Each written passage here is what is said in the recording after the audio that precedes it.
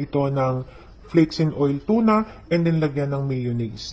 Ayan. At pagkatapos yan, syempre, pag na-roll mo na, pwede mo na siyang i-slice ng gusto.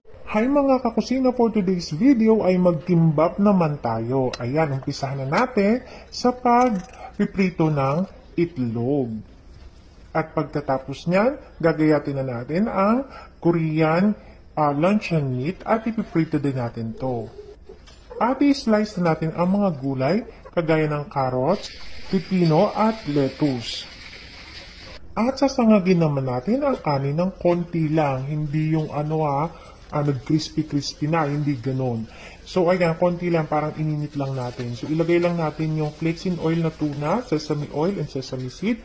Timplahan ito na asin at paminta. Pagkatapos nyan, ready na tayo mag-wrap. I-flatten lang natin yung rice at pagkatapos ilagay ang mga gulay, lagyan ito ng flakes and oil tuna and then lagyan ng mayonnaise. Ayan. At pagkatapos yan, syempre, pag na-roll mo na, pwede mo na siyang i-slice ng gusto mong size. At huwag mong kalimutan i-like and